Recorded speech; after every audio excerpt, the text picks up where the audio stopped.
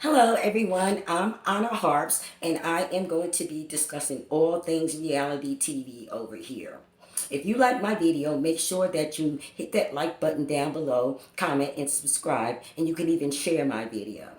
So as I said, we are going to be discussing, reviewing all things reality TV. And today I am going to be reviewing Married at First Sight, which is aired on Lifetime TV. This is season 14, episode 9. And the title of this episode is Love on the Table. So the experts give the couples an assignment. And their assignment is to plan a special date and also to dig deeper into each other's background so that they could get a better feel of each other because they've only been married for 3 weeks at this point. So the first couple that I am going to review is Norway and Steve. So Steve wakes up in the morning and Norway had left him a note to meet her at the park. So he drives to the park and he realizes that it's a scavenger hunt. So he picks up various notes and stuff to lead him to Norway. I mean, he had walked like the length of the park, the length of a tennis court, and then he finds Norway at the end of the scavenger hunt sitting on a swing. She had left notes that reminded her of the good times that they've had since they've been on this journey. But at the end of the scavenger hunt, all we saw was Norway and her little skinny butt sitting up on a swing. I mean, he did all that walking. You didn't have no bacon, no eggs, no toast. Okay? Just you. So anyway, Norway asked Steve if he had ever been in love before. And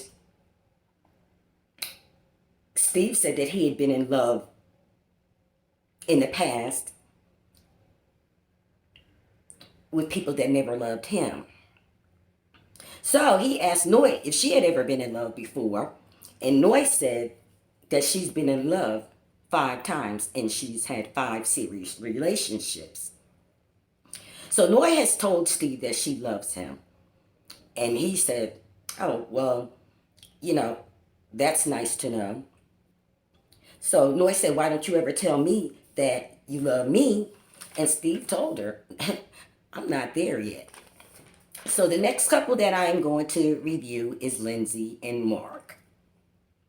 Okay, the next day after Lindsay cursed Mark out, the scene opens up with them at the table eating steak. I mean, it was a big, thick, it wasn't juicy because, I mean, Steve had to really get in there. And I'm just wondering, how are you chewing and talking and swallowing this steak? It was so tough. So Lindsay wants an apology from Steve. But this is the thing. The night before, Lindsay cursed Steve out. She called him everything but the child of God. But she wants him to apologize to her because she said that she doesn't like the way that he talks to her. Okay, she always starting the arguments with Mark and then sitting around, you know how they do, play that victim role. Like Mark told her at the bowling alley, go get another drink. Lindsay needs to leave that brown liquor alone, okay? So Lindsay told Mark that she feels unappreciated. And she asked him, did he like anything about her?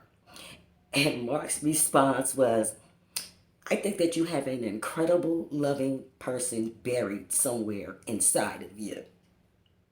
And he said that if they can't come to an equal understanding, that the relationship is just not going to work. So I guess that was their special day, the tough steak and the argument. Okay, the next couple that I want to discuss is Jasmina and Michael. So Michael sets up a picnic in the park, which I thought was really, really nice. He had a basket and he had a big bag of presents. And he brought Jasmina's dog, Beanie, to the picnic. Okay, so he has these bags of presents, but all the presents are for Feeny. He thought that the way to Jasmina's heart would be through Feeny, being that she loves Feeny so much. But Jasmina was like looking in the bag, like, ain't nothing else up in his bag. No, he had only bought gifts for the dog. So Michael asked Jasmina how she wants him to talk to her because they've been having a serious communication problem. He's always blowing up. And she said, just talk to me. Don't talk at me. And, don't yell at me. His vein on the side of his head started bulging. And he was like, no, I need for you to be specific. I need for you to tell me how I need to talk to you. He said it just like that. And she just told him, that's what I'm talking about. Okay, so this is the thing. Jasmina is still looking like she just can't not wait for these 8 weeks to be over with so that she can end this relationship. But the next scene for Jasmina and Michael opens with them having burgers and a salad in their home. And he asked Jasmina, has she ever been in love before? And she said that she had been in love 3 times, maybe 3 times, and a possible. So she asked Michael, has he ever been in love? And his response was 1 and a possible. And the 1 was from when he was in high school. Okay, so Michael has about a snowball chance in hell if Jasmina stays with him because his attitude is too bad. He gets mad very quickly. And they've only been married for 3 weeks and he's already basing at you. Just imagine what the rest of your life would be like. So the next couple that I am going to discuss is Olajuwon and Katina. Okay, Katina's at the supermarket. And she said that it's really difficult for her to shop and cook for 2 people. If she's only accustomed to cooking for herself. But I'm like, Katina, how hard is it to put 2 turkey burgers in a frying pan instead of 1? It's not that hard. Okay. The only thing that he wants her to do is, so he says, cook. So they show a flashback from the night before. They had been arguing. And Olajuwon was screaming and cursing at Katina. And he was telling Katina that she doesn't do the things that he asks of her. So,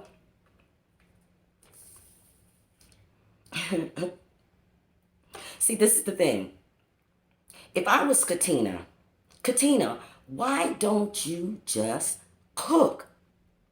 How hard is it to get 2 chicken cutlets and some breadcrumbs? Press them in the breadcrumbs. You don't even need no salt, no pepper, no garlic. Bake them in the oven, fry them in a frying pan. Get you one of them bags of salad. They're not even expensive. Heck, you could go all out and open up some ramen noodles and put a little bit of sauce on it. I mean, do you want to drag the dumpster through the alley to the curb for the garbage man to come?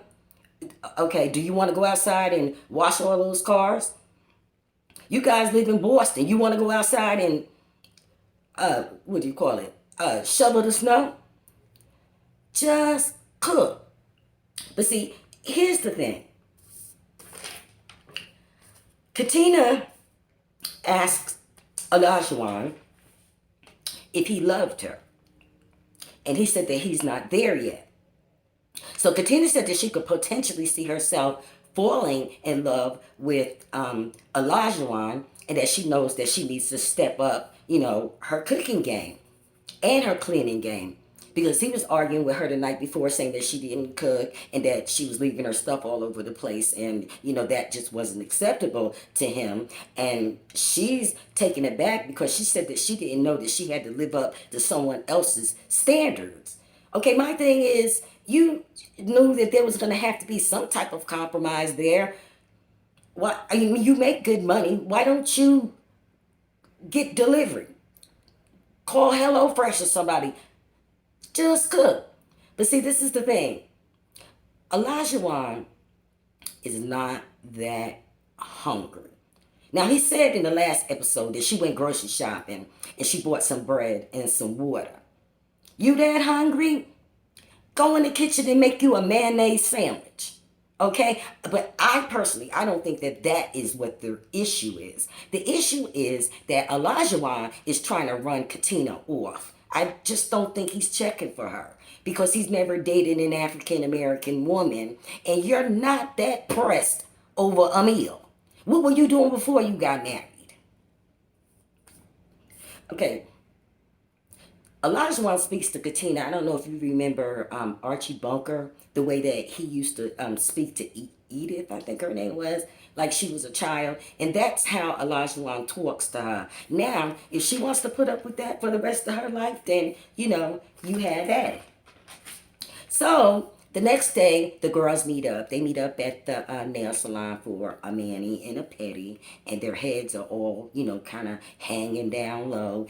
And, someone asked how the marriage was going thus far. And all of them were like, this ain't working. You know how Lauryn Hill said? Okay. Now, the guys met up for archery. The guys had the same sentiments. And I tell you, this might be the first time in Married at First Sight history that all four couples decide on decision day that they do not want to remain married. Well, that concludes my review of Married at First Sight, Season 14, Episode 9. Be sure to hit that like button down in the subscription box below and leave me a comment. And also, share my video. I'm Onna Harps. Till next time, see ya.